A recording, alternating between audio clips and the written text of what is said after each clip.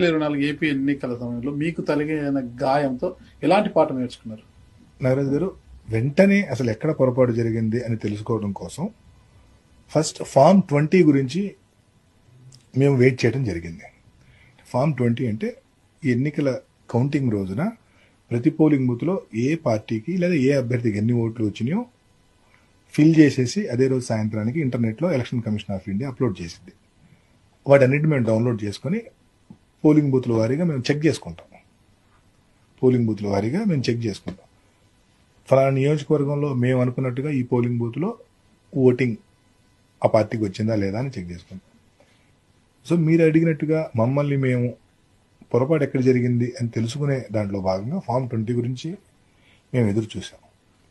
అనేక సందర్భాల్లో మేము ఎలక్షన్ కమిషన్ని సంప్రదించాం.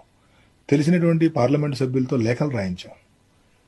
భారతదేశంలో ఉన్న అన్ని రాష్ట్రాల ఫామ్ 20 పెట్టినటువంటి ఎలక్షన్ కమిషను ఆంధ్రప్రదేశ్ యొక్క ఫామ్ 20ని 109 రోజుల పాటు ఇంటర్నెట్లో అప్లోడ్ చేయలేదు. 109 రోజులు. ఎందుకు? కారణం ఏంటి? నాకైతే తెలియదు. అది ఈరోజు వైసీపీ ఎంపీలు కొంతమంది సీనియర్ నాయకులంతా కూడా ఢిల్లీలో ఎన్నికల కమిషన్ కూడా కలిసి ఈవీఎంల మీద దాని మీద ఫిర్యాదు చేయడం కూడా జరిగింది.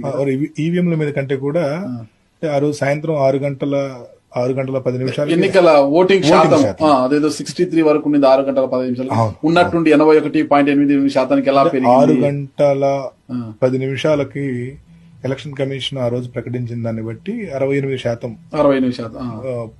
68 ప్లస్, 68 ప్లస్ అంటే 68 పాయింట్ సంథింగ్ అయింది.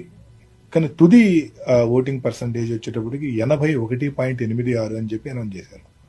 సో 81.86 అంటే 68 అంటే సుమారుగా మీకు 14%, అప్రాక్సిమేట్లీ 14% ఓటింగ్ పెరిగింది.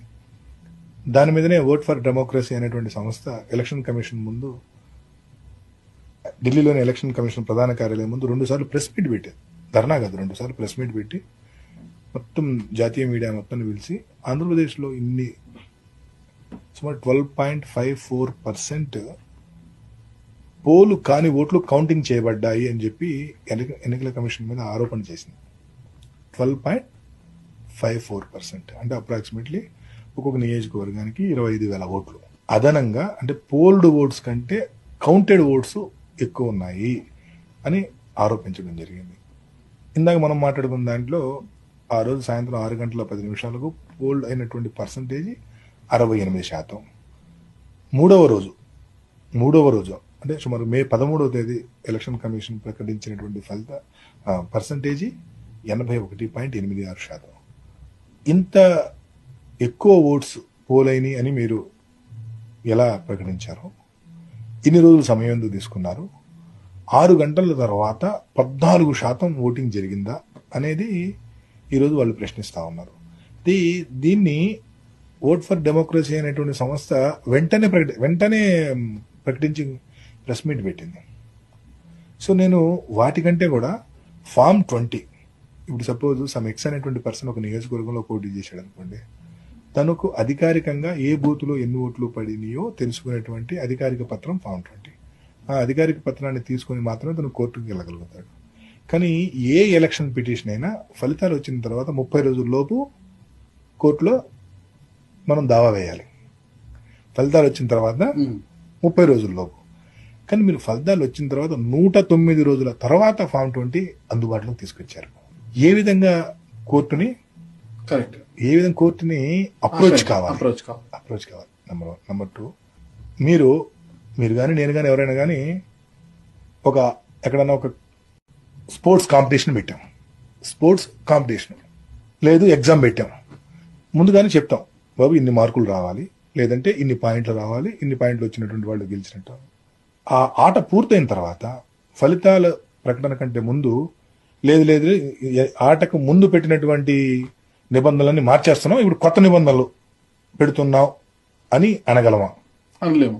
అంటే అది సహేతుకమేనా? కరెక్ట్ కాదు, సహేతుకం కాదు కదా. ఎలక్షన్ కమిషన్ ఎన్నికల కంటే ముందు ఒక SOP ఉంది. ఎన్నికల అయిపోయిన తర్వాత, ఫలితాలు ప్రకటన తర్వాత దేశవ్యాప్తంగా వస్తున్నటువంటి ఈ విమర్శలతో అసలు SOPని మార్చేసింది. స్టాండర్డ్ ఆపరేటింగ్ ప్రొసీజర్ అనేది ఒకటి ఉంటుంది. ఆ ఎస్ఓపి మార్చేసింది.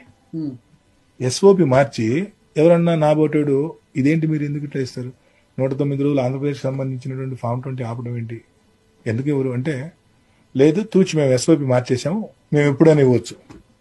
అదేంటి ఇన్ని సంవత్సరాలు ఉండిన ఎస్ఓపి, ఎలక్షన్ కంటే ముందు ఉన్నటువంటి ఎస్ఓపిని ఇప్పుడు ఎట్లా మారుస్తారు? నేను ఒక ఎగ్జాంపుల్ చెప్తున్నా, మీకు అర్థం అంటే ప్రేక్షకులకు కూడా అర్థమయ్యేటువంటి భాషలో ఒక ఎగ్జాంపుల్ చెప్తున్నా. ఎన్నికలు అయిపోయిన తర్వాత ఎస్ఓపి మార్చడం ఏంటి అసలు? ఇది ఎక్కడనే అంటే నేను అంటుంది ఏంటంటే, వీటన్నిటిని దృష్టిలో పెట్టుకొని వీటన్నిటిని పరిష్కరించవలసినటువంటి, సమాధానపరచవలసినటువంటి సంపూర్ణ బాధ్యత భారత ఎన్నికల సంఘం మీద మాత్రమే ఉన్నది. ఇది భారతీయ జనతా పార్టీ, కాంగ్రెస్ పార్టీ, రాజకీయ పార్టీలు చేసే పని కాదు ఇది. ఎందుకంటే వాళ్ళ డ్యూటీ కాదు, ఇండిపెండెంట్ బాడీ అది. ఇండిపెండెంట్ వాళ్ళు దీన్ని ఇప్పుడు అనేక మందికి ఇటువంటి సందేహాలు వచ్చినప్పుడు నివృత్తి చేయవలసినటువంటి బాధ్యత election commission. Vote for democracy అనేటువంటి ఒక ఎన్జిఓ మీ ఆఫీస్ ముందుకు వచ్చి గొంతు చించుకొని అరిస్తే అతను చెప్పే మాటలు తప్పైతే ఏం చేయాలి? అతని మీద కేసు పెట్టాలి. కరెక్ట్. కేసు పెట్టి అతను దేశద్రోహం కుట్రబెట్టి లోపల పడేయాలి. మరి మీరు చేశారా పని? ఎప్పటివరకు చేయలేదు. అంటే ఏంటి, మీరు ఓట్ ఫర్ డెమోక్రసీ చెప్పినటువంటి విషయాన్ని ఆమోదిస్తున్నారా? మీరు ఆమోదిస్తున్నట్ట? అంతే కదా. 2 సార్లు ప్రెస్ మీట్ పెట్టాడు అతను. దాదాపు 123 పేజీల రిపోర్ట్ ఇచ్చాడు. ఆంధ్రప్రదేశ్లో ఏ విధంగా పోల్డ్ ఓట్స్ కంటే కౌంటెడ్ ఓట్స్ ఎక్కువ వచ్చినాయి అనేటువంటి. ప్రతి నియోజకవర్గానికండి ఒక రాజకీయ లేదా ఎన్నికల చరిత్ర ఒకటి ఉంటుంది.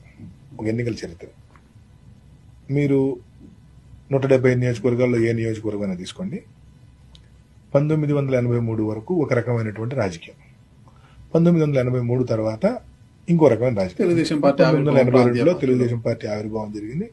ఆవిర్భావం జరిగిన తర్వాత అక్కడ ప్రధానమైనటువంటి పోటీ కాంగ్రెస్ వర్సెస్ తెలుగుదేశం పార్టీ మధ్య వచ్చింది.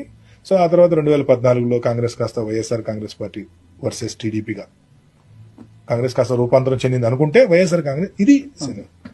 అలాగే మీకు 1983 తర్వాత మనం రాజకీయాలను ఒకసారి పరిశీలిస్తే 1982లో లేదా 83 మొదటి ఎన్నికలు అనుకోండి, తెలుగుదేశం పార్టీ ఆవిర్భావం పార్టీ పెట్టారు. 83 ఎలక్షన్ తెలుగుదేశం పార్టీ ఆవిర్భావం అనేటువంటిది ఒక సంచలనం. ఆ తర్వాత రాజకీయాల్లో మనం చూస్తే వంగవీటి మోహన్ రంగా గారి మర్డర్ అనేటువంటిది ఒక సంచలనం. ఆ తర్వాత చూస్తే 2004లో రాజశేఖర రెడ్డి గారి పాదయాత్ర, ఆనాడు చంద్రబాబు గారి ప్రభుత్వం పట్ల ఉన్నటువంటి వ్యతిరేకత ఒక రకమైనటువంటి టెండర్ సెటర్. ఆ తర్వాత 2014 చూసుకున్నట్లయితే 2014లో ఎందుకంటే గతంలో ఉన్నటువంటి రాజకీయ పార్టీలు ఏవి కూడా కొత్త పార్టీలుగా రూపాంతరం చెందింది, రాష్ట్రం విడిపోయింది, కొత్తగా వైఎస్ఆర్ కాంగ్రెస్ పార్టీ అనేటువంటిది రాజకీయ తెర మీదకి వచ్చేసింది. చంద్రబాబు నాయుడు గారు, పవన్ కళ్యాణ్ గారు, నరేంద్ర మోడీ గారు అందరూ కలిసి ఒక కూటమిగా ఏర్పడ్డారు. ఇది ఒక ట్రెండ్ సెటర్. అంటే నేను 4 ట్రెండ్ సెట్స్ గురించి మాట్లాడా. తెలుగుదేశం పార్టీ ఆవిర్భావం, వంగవీటి మోహన్ రంగా గారి మర్డరు, వైఎస్ రాజశేఖర రెడ్డి గారి పాదయాత్ర, 2014లో రాష్ట్రం విడిపోయి కూటమి ఏర్పాటు కావడం.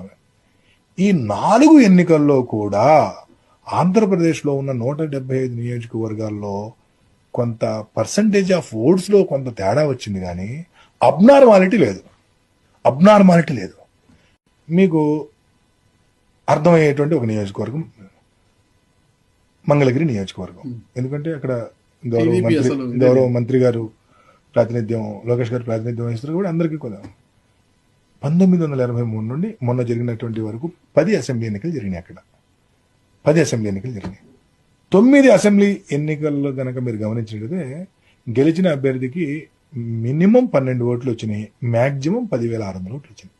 మినిమం 12 ఓట్లు, 10,600. ఇది దాని యొక్క రేంజ్. 9 ఎన్నికల్లో కూడా. కానీ నేను మీకు ఇప్పుడు చాలా విషయాలు చెప్పాను. తెలుగుదేశం పార్టీ ఆవిర్భావం చెప్పాను, వంగవీటి రంగా గారి హత్య గురించి చెప్పాను, రాజశేఖర రెడ్డి గారి పాదయాత్ర గురించి చెప్పాను. ఆ తర్వాత 2014లో కూడా అంటే ఒక నియోజకవర్గానికి గత 35 ఏళ్లలో, గత 40 ఏళ్లలో ఒక చరిత్ర అనేటువంటి ఉన్నది. ఇది 170 నియోజకవర్గాలకు ఉంది.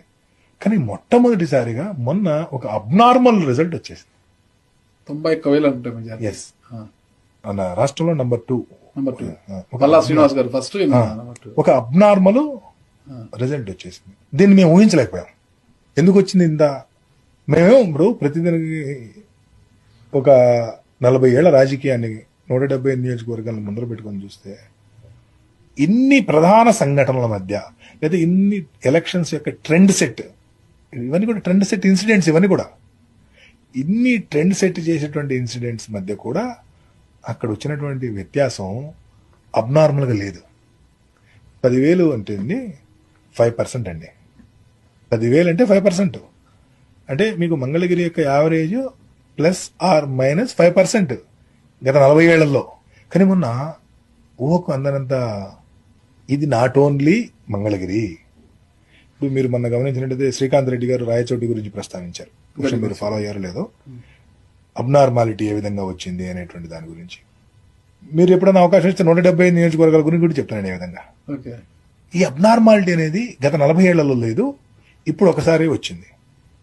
వచ్చిన దానికి ఏమన్నా ప్రధానమైన కారణాలు ఉన్నాయా మీరు కూడా చెప్పొచ్చు యాజ్ ఏ జర్నలిస్ట్గా. ఈ పరిస్థితుల్లో ఫలితాలు ఇట్లా రావటాన్ని మేము ఒక రకంగా షాక్కి గురయ్యాం. షాక్కి గురైన తర్వాత వెంటనే చెక్ చేసుకోవాలి మనం ఏ పోలింగ్ బూతుల్లో ఎక్కడెక్కడ మన సర్వేకి అనుగుణంగా వచ్చినాయి, ఎక్కడ అనుగుణంగా రాలేదు చెక్ చేసుకోవాలని ఫామ్ 20 కోసం ఎదురు చూసాం. ఫామ్ 20 మాకు 109 రోజుల తర్వాత వచ్చింది. దాన్ని డౌన్లోడ్ చేసుకుని అక్కడక్కడ కొన్ని నియోజకవర్గాలు చూసాం. మీరు కూడా బహుశా టీవీ ఛానల్లో చూసుంటారు. హిందూపురం లాంటి నియోజకవర్గం కానీ, కురుపాం లాంటి నియోజకవర్గం కానీ, అరకు లాంటి నియోజకవర్గం చూసాం. నేను ఇప్పుడు దాకా ప్రస్తావించినటువంటి ఎన్నికల కమిషన్ ఫెయిల్యూర్స్ ఏవైతే ఉన్నాయో ఇవి ప్రజాస్వామ్యానికి మంచిది కాదు. ఇది ప్రజాస్వామ్యానికి ఏమాత్రం మంచిది కాదు. ప్రజాస్వామ్యంలో ఎన్నికల కమిషన్ ఇటువంటి వాటి మీద ప్రతిస్పందించాలి. ఎవరైనా అసత్య ఆరోపణలు చేస్తే వాళ్ళ మీద కేసులు కూడా పెట్టాలి. అవి పెట్టకుండా మీరు ఎస్ఓపీలు మార్చేస్తాం, 3 నెలలు 4 నెలల పాటు మేము ఫామ్ 20 అందుబాటులో తీసుకురాము.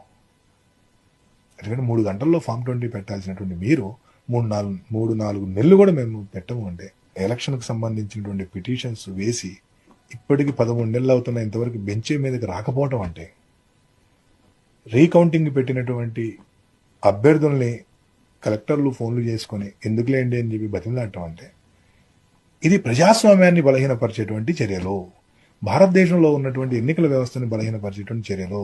ఇదేదో ఒక వైసీపీనో, టీడీపీనో, కాంగ్రెస్నో, టీఆర్ఎస్నో బలహీనపరిచే చర్యలు కావు. ఇవి ప్రజాస్వామ్యాన్ని బలహీనపరిచేటువంటి చర్యలు.